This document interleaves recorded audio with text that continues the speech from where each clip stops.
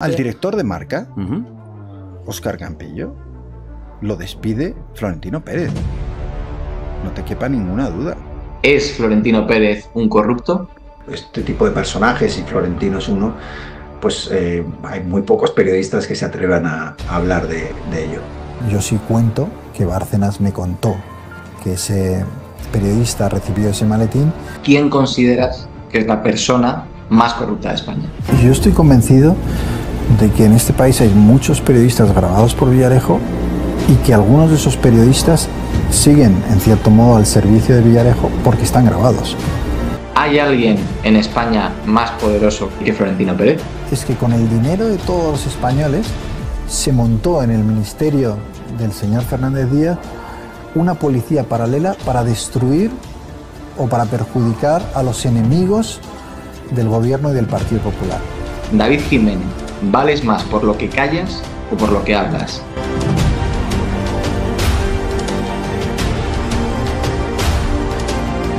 David Jiménez, ¿qué tal? ¿Cómo estás? Hola, un placer estar contigo. Bueno, el placer es mío, David. Lo cierto es que yo esto lo hago siempre, ¿no? Siempre dedico una primera pregunta para que el invitado se presente, pero en tu caso yo creo que nos lo podemos ahorrar por dos motivos principalmente. Porque si dedicáramos tiempo a repasar tu trayectoria profesional e introducirte, podríamos dedicarle otro podcast entero de 1 hora y pico a hacer esta entrevista. Y en segundo lugar, porque yo creo que la gente que se ha metido a esta entrevista ya sabe quién eres y gracias un poco a todas las intervenciones que has tenido, a los libros que has publicado sabemos cuál es tu recorrido, pero a pesar de todo ello, sí que hay una duda que que sigo manteniendo en la cabeza después de todo lo que me he documentado sobre ti. Sabemos que has sido exdirector del Mundo, sabemos que has sido corresponsal de guerra, sabemos que has tenido acercamientos con el gran poder mediático, político de este país. Por eso me gustaría preguntarte, David Jiménez, ¿vales más por lo que callas o por lo que hablas? Bueno, yo creo que por lo que hablo, porque callar he callado poco. Ahí están los libros, ahí están los artículos, las entrevistas, donde, no soy conocido precisamente por callar, ¿no? Pero sí es verdad que hay periodistas que encuentran el valor en lo que saben y guardan en los cajones, ¿no? Pero bueno, no es mi estilo. Yo creo que todo lo que es información relevante para la ciudadanía tiene que ser conocido y cuando yo he tenido cualquier información, lo que he hecho es darla, ¿no? Y luego, bueno, pues pagar las consecuencias en algunos casos. Ujú. Claro, tú has trabajado en una redacción, primero como corresponsal y luego ya como director del Mundo. Yo me surge la duda de hasta qué punto hoy en día un periodista es libre para publicar lo que quiera en un periódico. ¿Es realmente posible tener libertad de expresión absoluta siendo un columnista, siendo un periodista en un medio de comunicación hoy en día? Es difícil, sobre todo cuando tocas el poder, ¿no? Yo creo que hay bastante libertad pues, para hablar de fútbol, ¿no? O para hablar de algunos temas sociales. Pero es verdad que cuando tocas la política, tocas las grandes empresas de este país, hay como un manto de protección que hace que no sean muchos, la verdad, los que se atrevan a hablar, digamos, de una manera franca, mm, totalmente, ¿no? Eh, Parte de esto es algo que explico en el libro El director, tiene mucho que ver con los acuerdos económicos que hay. No es tanto que no quieran contarlo, es que contar la verdad e incomodar al poder muchas veces trae consecuencias económicas negativas, ¿no? Por ejemplo, las grandes empresas utilizan ese poder que tienen para quitar y poner publicidad en los medios y castigarlos si se portan mal, ¿no? Los partidos políticos, a través de los gobiernos regionales, estatal, la publicidad institucional y demás, también tienen una herramienta para influir de manera decisiva en lo que se publica y no se publica. Entonces, los medios para ser completamente libres y dar a sus periodistas esa libertad tendrían que volver a depender de los lectores y de la audiencia. Y eso es algo que ahora mismo prácticamente ninguno puede hacer. Claro, no, esto es fundamental. Al fin y al cabo, para que se garantice esa independencia del periodismo, ¿no? La responsabilidad se tendría que trasladar al público, que el público fuera el que otorgara libertad al periodista para poder escribir sus artículos. Sin embargo, yo creo que cualquiera que haya conocido un poco de tu historia, de tus libros, de tus entrevistas, sabe que esa independencia en el periodismo hoy en día no existe, es prácticamente impensable. Y para mí esto es un problema, porque estamos en un punto en el que hoy en día, cuando surge un conflicto de carácter político, como bien decías, antes incluso de que un medio de comunicación se pronuncie, ya sabemos a favor de quién se va a posicionar. Si un político de izquierdas lanza una puya por Twitter a uno de derechas, pues ya sabemos que ABC y La Razón se van a posicionar en favor de derechas y que El País o que el Diario Público se van a posicionar a favor de izquierdas. Claro, la pregunta que yo te hago es, sabiendo que esta situación existe y que es real, ¿qué soluciones se pueden poner para que se garantice la independencia en el periodismo? Sí, lo que has dicho es así, ¿no? Los medios en España están muy sesgados, son muy ideológicos, están muy definidos ideológicamente, pero no definidos ideológicamente en sus páginas de opinión, que yo creo que eso es respetable, sino que la información también se desvía hacia una ideología para favorecer a un partido, etcétera, ¿no? Es decir, hay una agenda informativa que yo creo que al final lo que hace es que no se transmita siempre al público la verdad de las cosas. Ujú. La solución es complicada porque al final la prensa no deja de ser un reflejo del país que tenemos, ¿no? La calle también está muy sesgada, muy polarizada. Eh, bueno, yo con mis amigos mismo, ¿no? Veo que solo quieren escuchar las verdades que favorecen a los suyos. Pero cuando les cuentas una verdad incómoda, no, no, no, eso hay que atacar a los otros, ¿no? Entonces, el periódico donde yo más años he trabajado, ¿no? El Mundo. El Mundo era un periódico que en los años 90 sí hizo un periodismo que atacaba a derecha e izquierda, a todas las instituciones. Más que atacar, lo que hacía era investigar, sin un sesgo ideológico. Pero eso se perdió. Después el periódico evolucionó hacia otro lado y después de mi salida y sobre todo de la salida de mi sucesor, Pedro Cuartango, a partir de ahí ya tomaron partido claramente. Y ahora no quedan prácticamente medios que puedas decir, oye, no hay un sesgo, no hay una influencia, realmente su único compromiso es con la verdad. Es difícil, ¿no? Entonces creo que vamos a tener que probablemente esperar a tu generación, ¿no? Y a la creación de nuevos medios de comunicación para que lo hagáis mejor de lo que lo hemos hecho nosotros, ¿no? Y yo tengo un poco de esperanza ahí, ¿no? Por eso dedicaba el libro de El director a los futuros periodistas, ¿no? Un poco pensando en que os pudiera inspirar a crear esos medios independientes que yo creo que van a venir, pero que ahora mismo no tenemos. Pues mira, precisamente algo parecido tenía pensado compartir contigo, porque lo cierto es que planteando la entrevista, ¿no? Y documentando un poco para hacerla, es muy desalentador, ¿no? Ver el panorama mediático tal y como está hoy en día, tan sesgado, ¿no? Como tú decías, como lo están los medios de comunicación tradicionales, mayoritariamente. Y a mí lo único que se me ocurrió, por pensar un poco de manera optimista, quizá alguno me tachará de idealista, bueno, pues esa es la idea que tengo, es que, claro, hoy en día lo que sí que estamos viendo es un cambio generacional en las tendencias de consumo. Ya no solamente es que periodistas jóvenes aparezcan en medios de comunicación tradicionales, sino que se han inventado nuevos medios de comunicación que hace décadas no existían. Este es un ejemplo de ellos, ¿no? YouTube. Pero al igual que YouTube, son el resto de redes sociales. También hay gente que hace periodismo por TikTok, por Instagram, por Twitch, ¿no? En fin, por Twitter, por ejemplo, nuevas vías para abrir el conocimiento. Y yo creo, si pensamos de manera optimista, que quizá esta remodelación del sistema tradicional de los medios de comunicación obligue a que estos medios tradicionales tengan que actualizarse. Porque es cierto que cada vez yo creo que la gente de mi generación consume menos la televisión, consume menos el telediario, la prensa escrita, lo sabrás tú mejor que yo, pero creo que está en decadencia absoluta. Por tanto, bueno, ¿tú crees que estos medios de comunicación nuevos, digitales, van a conseguir sustituir en el medio o largo plazo a los medios de comunicación tradicionales? Están haciendo. Ya ves podcasts, streamers que tienen más influencia que cualquier medio generalista, ¿no? el impacto que tiene Jordi Wild, por ejemplo, ¿no? Comparado con un gran periódico de este país, bueno, pues tiene más impacto Jordi Wild, esa es la realidad, y tiene más impacto en la opinión pública. Em, yo creo que van a tener que despertar los medios, porque hay una desafección, hay un divorcio del público hacia esos medios. Las audiencias de los medios generalistas que tú has mencionado, la televisión, los diarios, es muy mayor.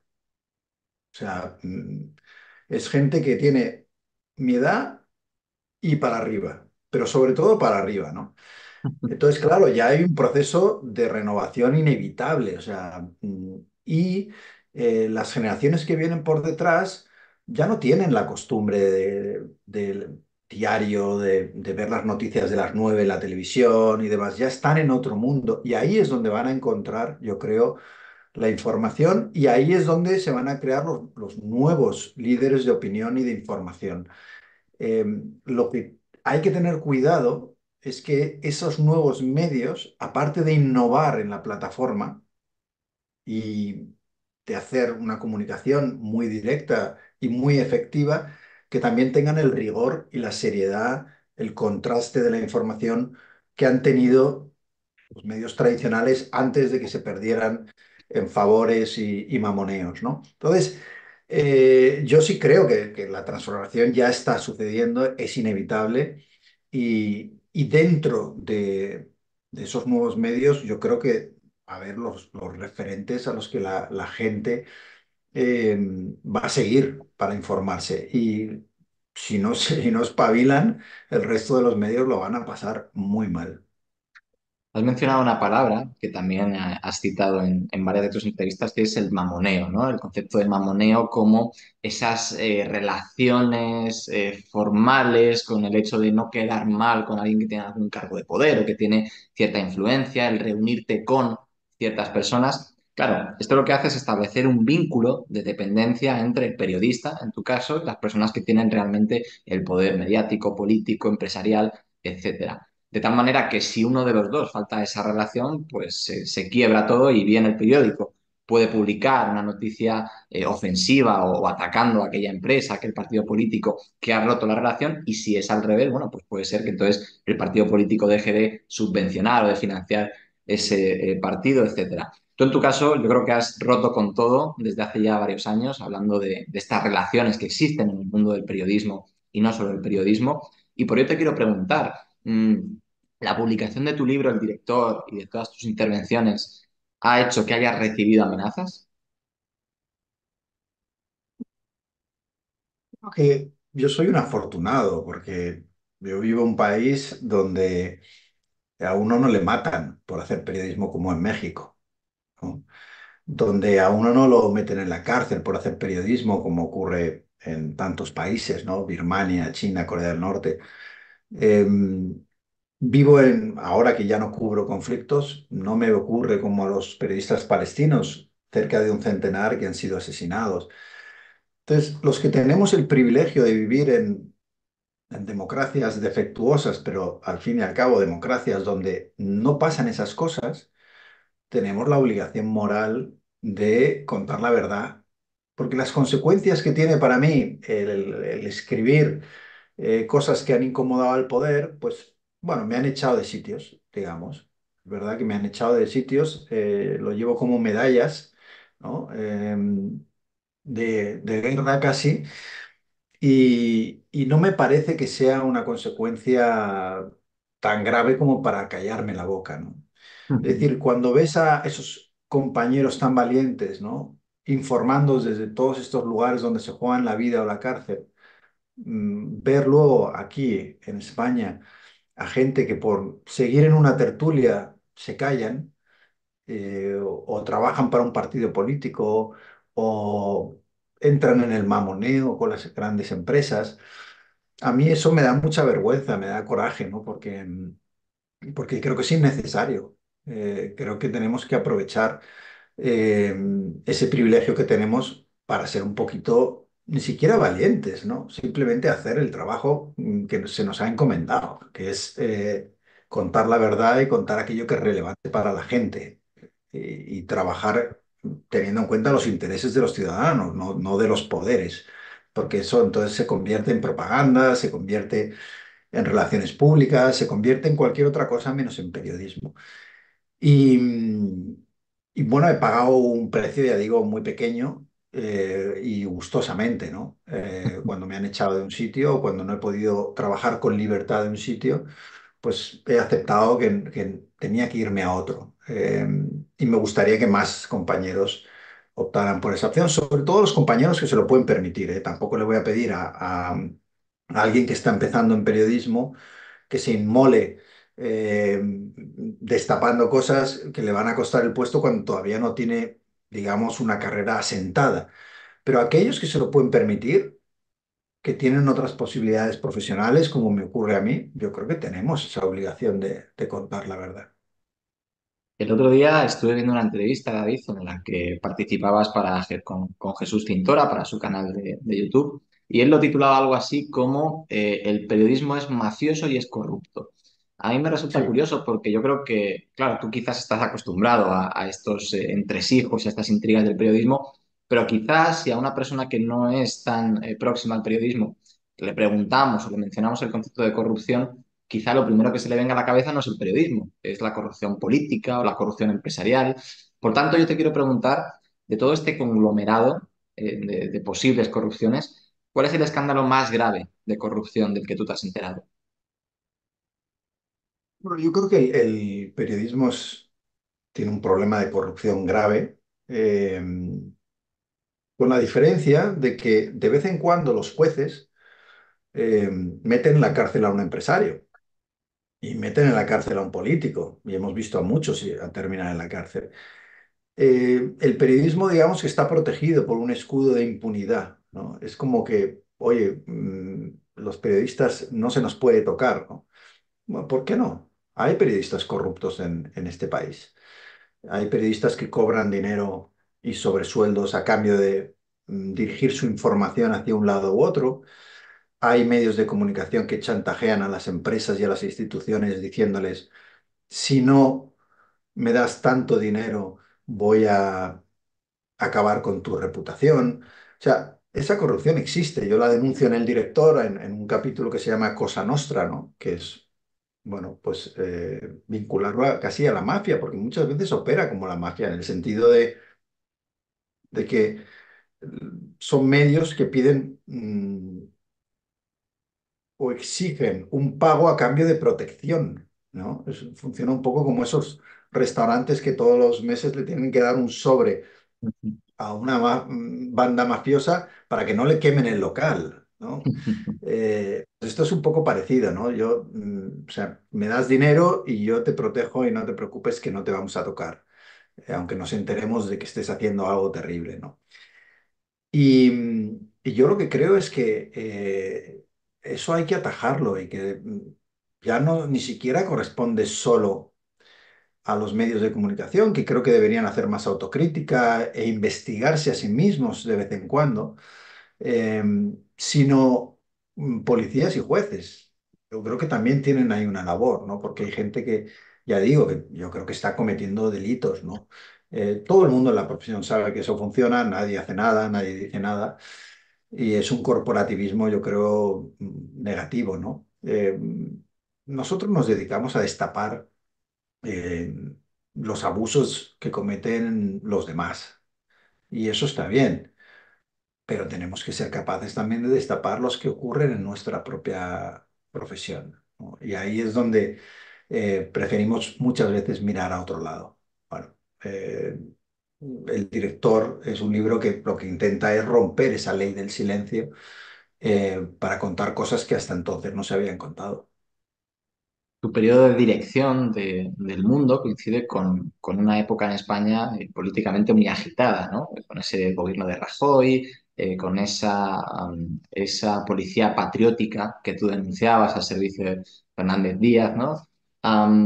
Y además, también en tu periodo de dirección del mundo se consiguió destapar el vínculo que tenía Bárcenas con aquellos dirigentes del Partido Popular que tenían consciencia de la existencia de una caja B.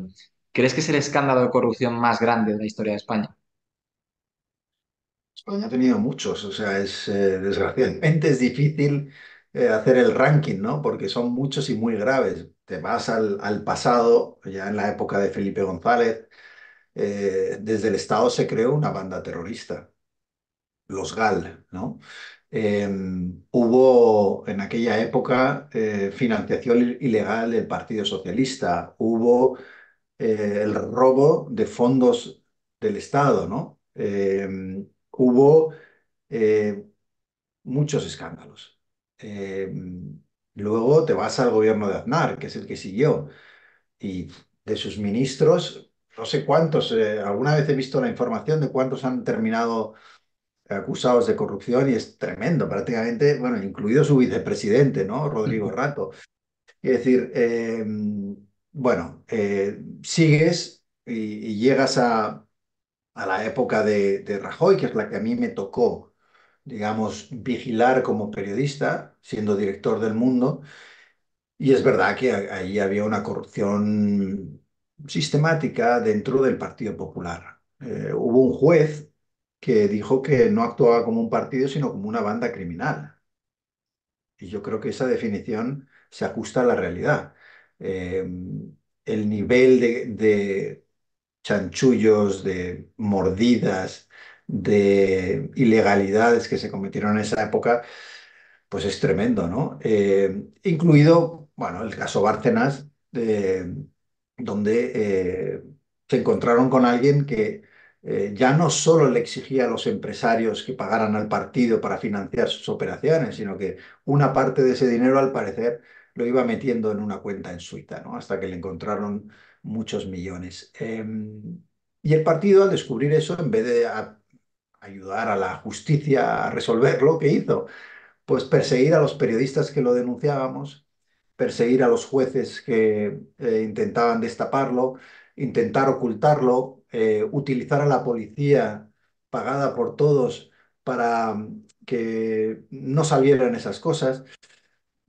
A mí ese me parece quizá, eh, es difícil decir cuál es el peor de todos, ¿no? Pero desde luego está en el top 3 de los casos de corrupción más graves que ha vivido este país.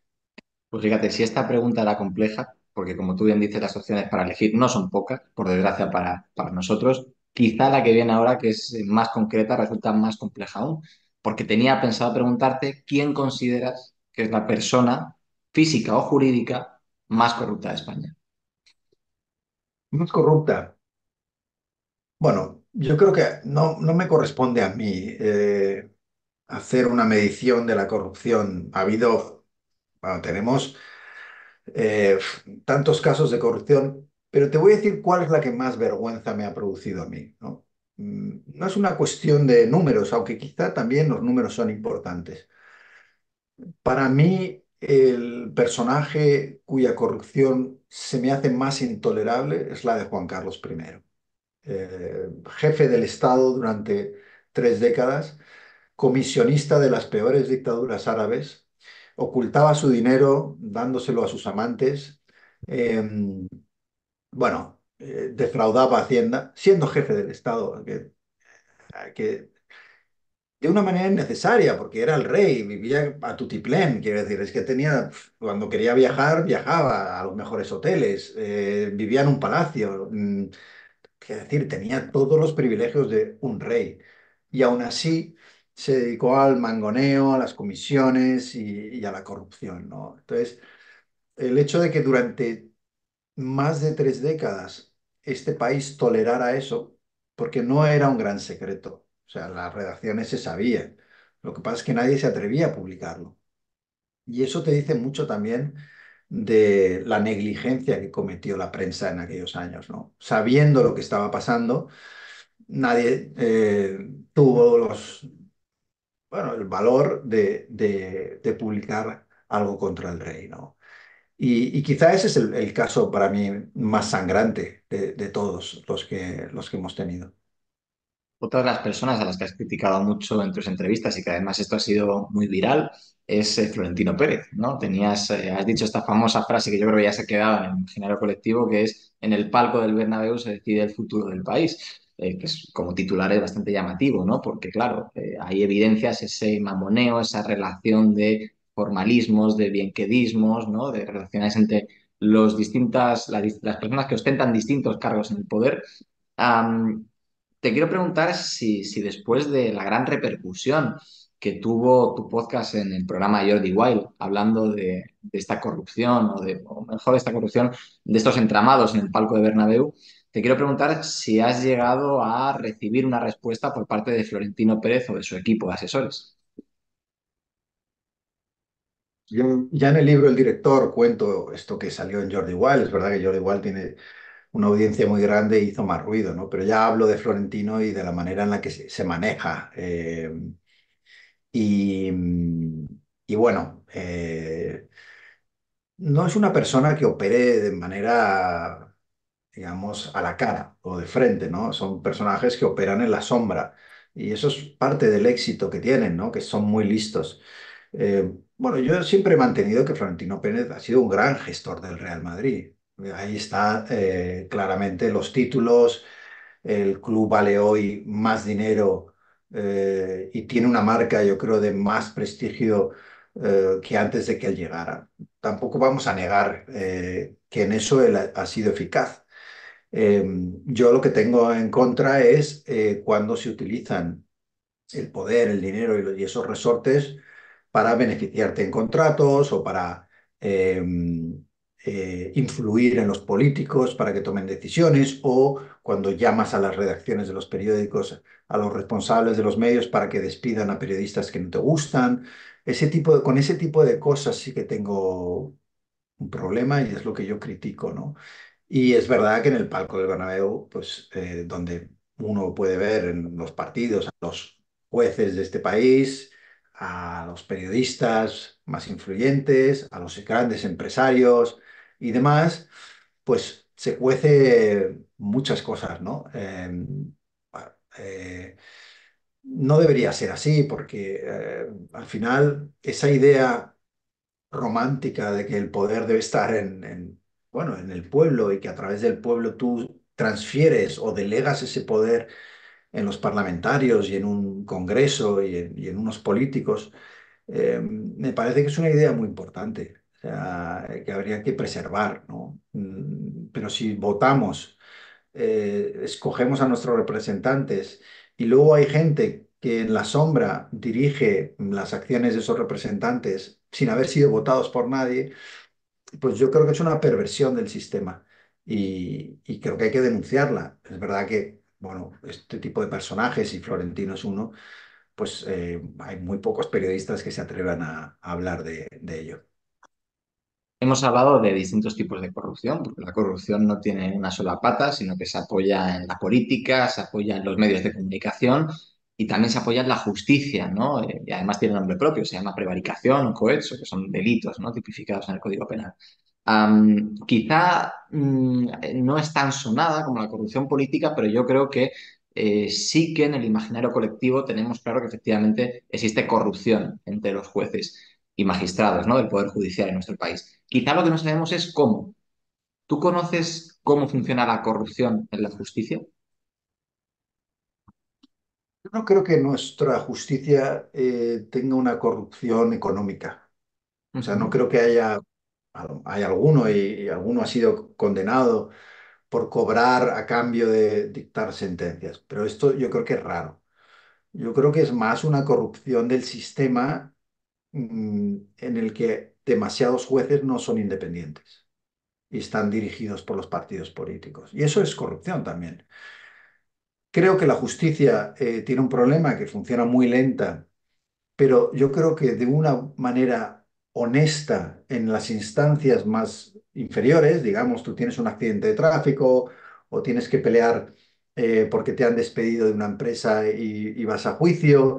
Creo que a ese nivel no hay grandes influencias. Ahora, cuando ya te vas a instancias superiores, el Tribunal Supremo, el Tribunal Constitucional, por supuesto el Consejo del Poder Judicial, ¿no?, que regula muchas de las cosas de la justicia, esos cargos están ahí porque los han puesto los políticos y deben el favor de su situación a políticos. Y ahí es donde tenemos un problema. que en las instancias más importantes, donde están los grandes casos, bueno, hay jueces que son más políticos, más tertulianos casi que jueces, ¿no? Y, y ninguno de los dos grandes partidos que han gobernado este país se ha interesado nunca por la independencia judicial, porque cuando ahora están los socialistas, ¿no? Y el PP dice que la justicia no es independiente. Ya, y es verdad. Ya, seguro que el Tribunal Constitucional, por ejemplo, ahora es claramente favorable al PSOE. Pero no decían absolutamente nada cuando era favorable al PP, ¿no? Y entonces eran los socialistas los que decían que ese tribunal estaba manipulado, ¿no? Entonces se están repartiendo constantemente como si fuera un partido de tenis. La pelota va de un lado a otro y lo que no hacen es poner en la silla a un juez independiente. Y ese es el problema. Y no les interesa porque, claro, luego llegan la Gürtel y llegan esos escándalos y necesitas jueces que te arreglen un poco el papel. Eh, yo creo que es una de las cosas más graves que tiene este país, ¿no? Cómo se están metiendo y contaminando el sistema judicial, haciéndolo cada vez menos independiente. Sé que esto es complejo, pero claro, hemos hablado de problemas, yo creo que también es interesante hablar de soluciones, ¿no? Yo creo que, antes de preguntarte por la tuya, yo creo que, claro, comparto contigo la visión de que quizá no es tanto la corrupción económica la que opera en la justicia, sino es más un error del sistema. Si el sistema permite que los jueces sean políticos y sean elegidos por los políticos, no va a haber independencia y no va a haber separación de poderes. ¿Tú propondrías una remodelación del sistema para que se acabe con este problema de la falta de independencia en el Poder Judicial? Además nos lo está pidiendo Europa, ¿no? Desde Bruselas nos están diciendo, usted, tienen que reformar el sistema para que los jueces sean elegidos por los jueces, no por los políticos, ¿no? Es verdad que el Parlamento puede tener un papel, ¿no? En la ratificación de los jueces, pero yo creo que genera una desconfianza total en la gente el ver como que se están repartiendo los cromos, ¿no? Bueno, oye, este juez es del PP, este es del PSOE. Venga, voy a colocar este ahora aquí, ahora coloco el otro. Pero ¿esto qué es, no? Eh, y eso al final va minando el sistema, ¿no? Y va haciendo que la gente no confíe en la justicia y eso es muy peligroso. Entonces, quizá la reforma tiene que empezar por reformar los partidos políticos para poder luego reformar todo lo demás, pero también los partidos políticos carecen de democracia interna, eh, están rodeados de gente que lo único que le dice al líder es sí, sí, sí a todo. Luego les dan premios y los colocan en embajadas, en el Senado, en la Eurocámara, con sueldos de 10.000, 15.000 al mes, y con eso van comprando la lealtad y la fidelidad de los miembros del partido, ¿no? Y al final, pues no hay gente que tenga el valor, digamos, de intentar ese pulso reformista que cambie el sistema. ¿Por qué? Pues porque el sistema les beneficia. Hay tanta gente colocada en el sistema que, claro, los que pueden cambiar el sistema dicen, pero ¿para qué lo voy a cambiar? Con lo bien que me va con este sistema, ¿no? Entonces, es difícil cambiarlo, ¿no? Tienes que ir un poco a la estructura del Estado, habría que hacer una reforma tan profunda y lo veo tan difícil con estos partidos y con esta clase política eh, que tiene miras tan pequeñas y que es tan egoísta en cuanto a que muchas veces trabaja para sus intereses y no lo que se supone son los intereses de la ciudadanía.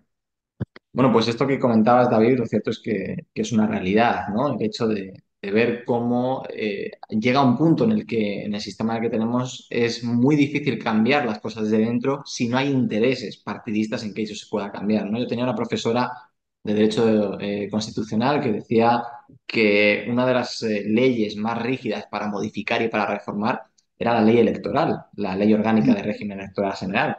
Porque claro, la iniciativa para reformarla tiene que venir o por parte del gobierno o por parte del Parlamento, y ellos son los que se han visto beneficiados por las reglas que establece esta ley orgánica, ¿no?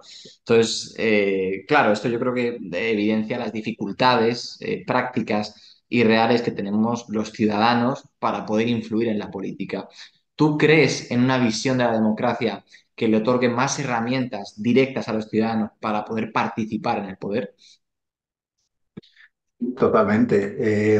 Creo que los dos principales partidos no tienen ningún interés, como decíamos, en hacer reformas que puedan afectar a sus intereses, ¿no? Y por eso todo está como muy paralizado, ¿no?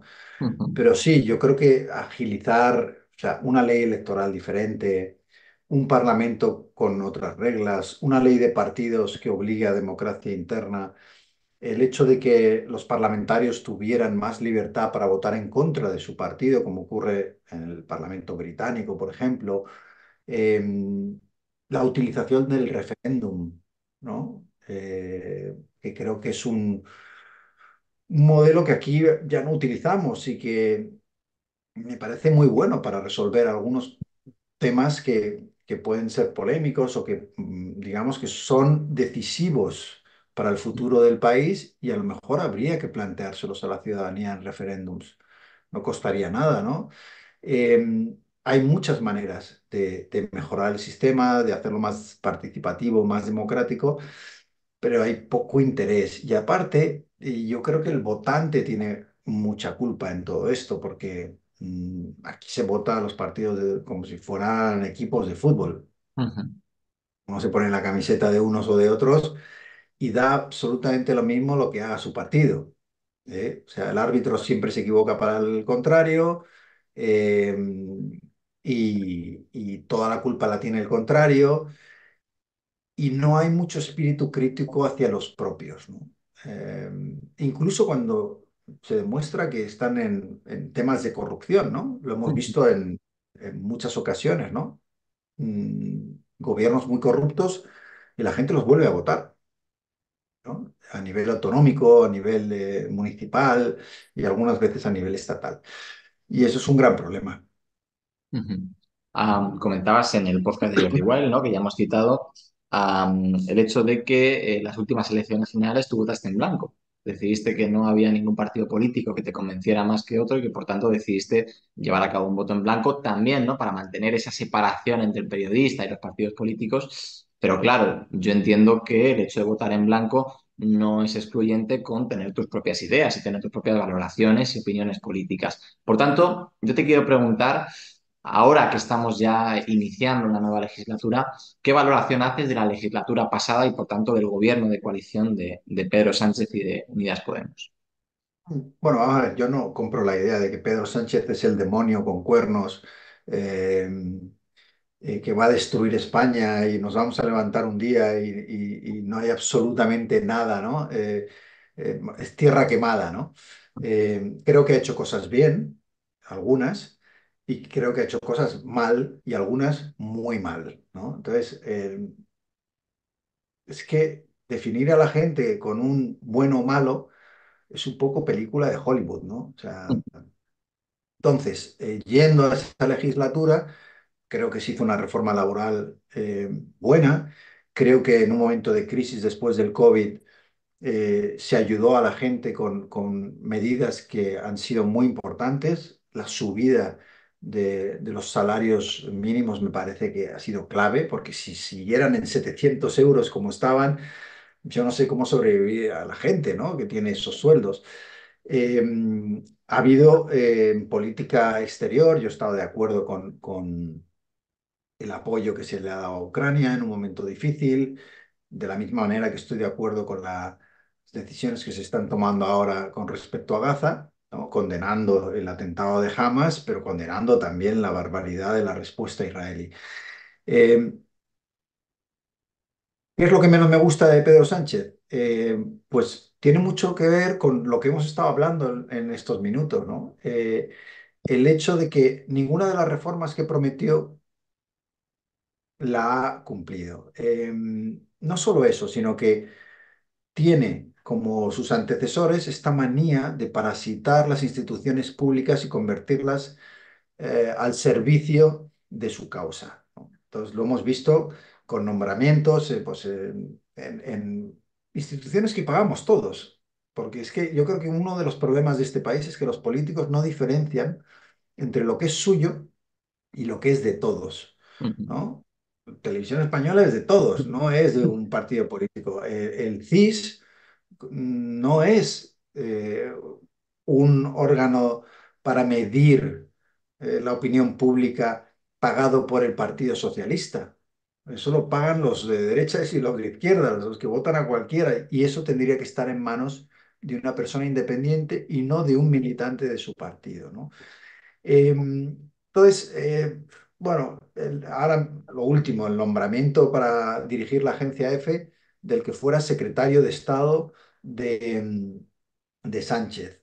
El convertir a la ministra de Justicia, Dolores Delgado, en la fiscal general del Estado. Es decir, hay un continuo asalto de las instituciones para convertirlas en todo lo contrario que es de la neutralidad, es decir, para que trabajen no para el país, sino para que trabajen para el partido concreto. Y esto, que lo han hecho todos, desde que yo tengo uso de razón política, lo he visto constantemente, él prometió no hacerlo.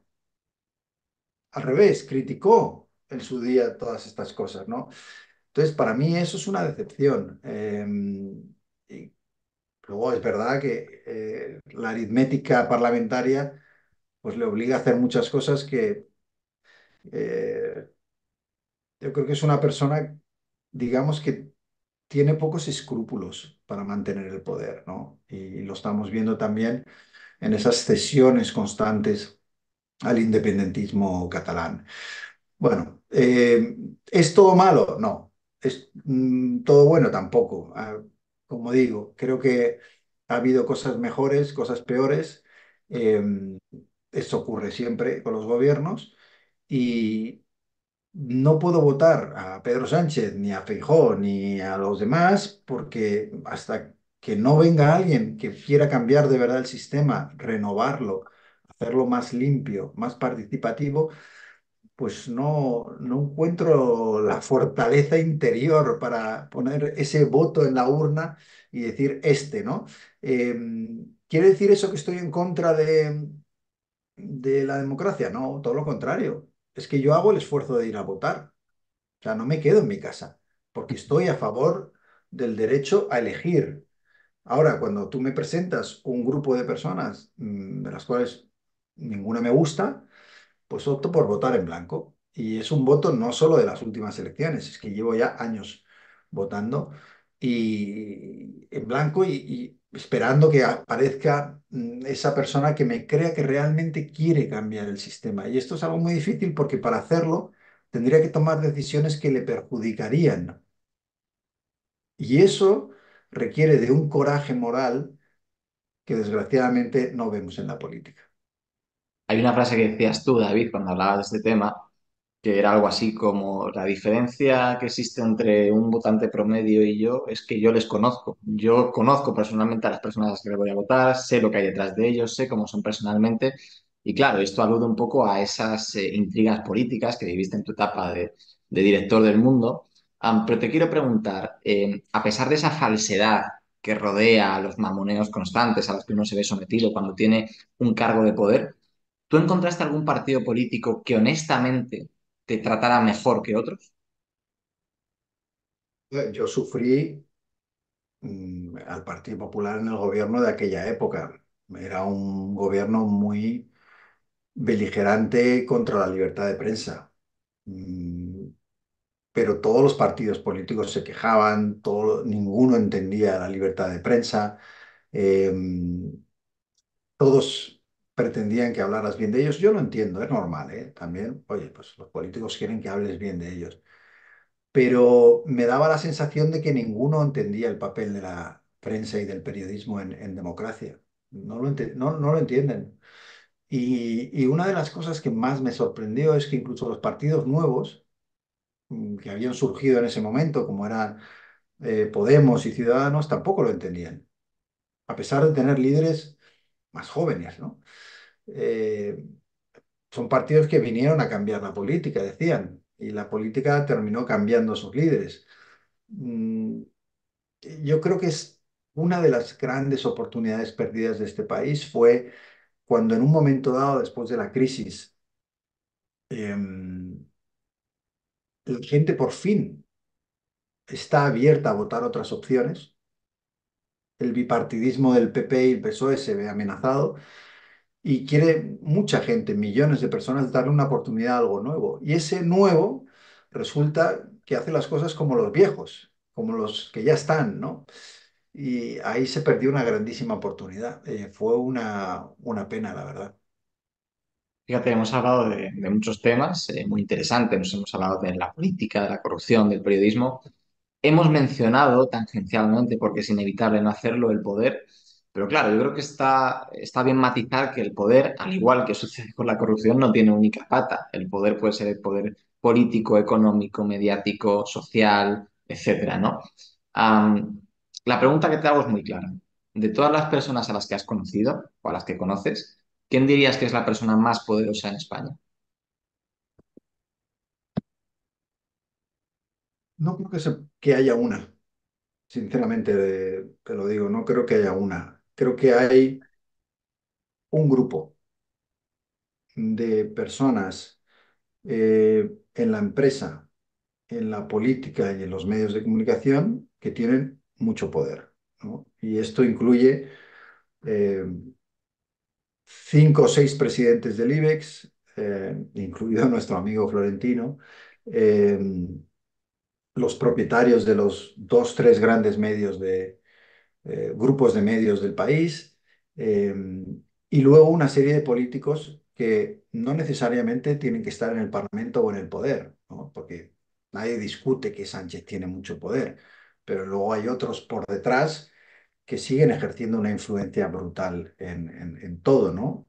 Aznar, González, Zapatero, todos estos siguen ejerciendo mucho poder y controlando muchos resortes de esos partidos de una manera, digamos, en la sombra. Y hay un grupo que no serán más de 100, que creo que son los que deciden el tomate, ¿no? Y que tienen más poder del que deberían tener. Eh, Tienen ¿Crees tanto que, poder que la prensa, pues, claro, no los toca, ¿no? Casi nunca. Ujú. ¿Crees, David, que Villarejo está dentro de ese grupo? No, Villarejo ahora mismo no. Eh, Ha sido una persona que ha tenido poder en su día, ¿no? Estuvo con 11 ministros del Interior,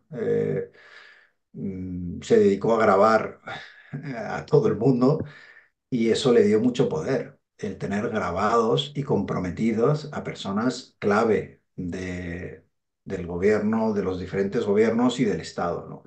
Ahora, una vez eso se destapa y termina en la cárcel y los escándalos empiezan a emerger, claro, tú lo decías antes, ¿no? ¿Qué vales más, por lo que cuentas o por lo que callas?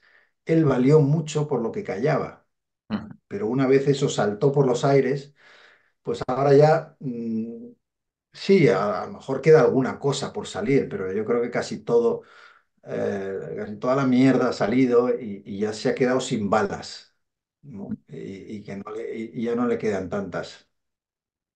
Ujú. Pues David, para cerrar la entrevista, tengo preparada una sección, es una sección muy breve, donde te propongo preguntas de sí o no. La idea es que seas capaz de contestar las preguntas sin necesidad de justificarlas, es decir, simplemente con un sí o con un no. Pero si hay alguna en la que quieres matizar o puntualizar sobre algún detalle concreto, por supuesto, siéntete libre de poder hacerlo. Así que, si me das el visto bueno, comenzamos. En primer lugar, ¿tenemos libertad de expresión en España? No, No. Bien. Siguiente pregunta. ¿Crees que Florentino Pérez tiene más poder que Pedro Sánchez?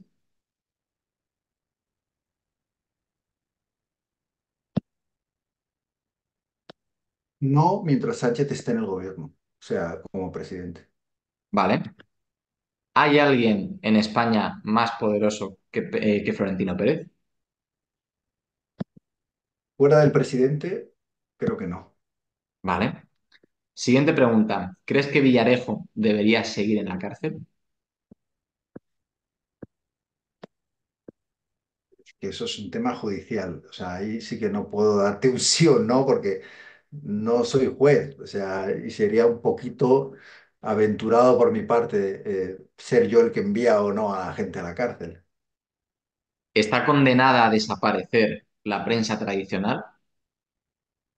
No, ¿Tienes información que una vez revelada podría hacer temblar el mundo de la política? no, ¿Hay más corrupción en el periodismo que en la política? sí, ¿Es Florentino Pérez un corrupto? no tengo pruebas de que lo sea. Ujú. ¿Tienes miedo de que alguien intente silenciarte, como dijo Inda, por lo civil o por lo criminal? No, ¿Has sido el mejor director que ha tenido el mundo en los últimos 10 años? eso sí que sería vanidoso por mi parte. Quizá, vamos a decir quizá. Y por último, ¿volverías a ser director de algún medio de comunicación? Sí, se dieran las circunstancias y lo pudiera ejercer con libertad, ese cargo. Si no, Muy, no. muy bien, pues David, con esto terminamos. Muchísimas gracias, de verdad, ¿eh? Gracias a ti, ha sido un gusto. Pues lo mismo digo y gracias también a los que nos estáis viendo, a los que habéis llegado hasta aquí, gracias por quedaros hasta el final. Nos vemos en el próximo programa con más y veremos si mejor. Muchas gracias.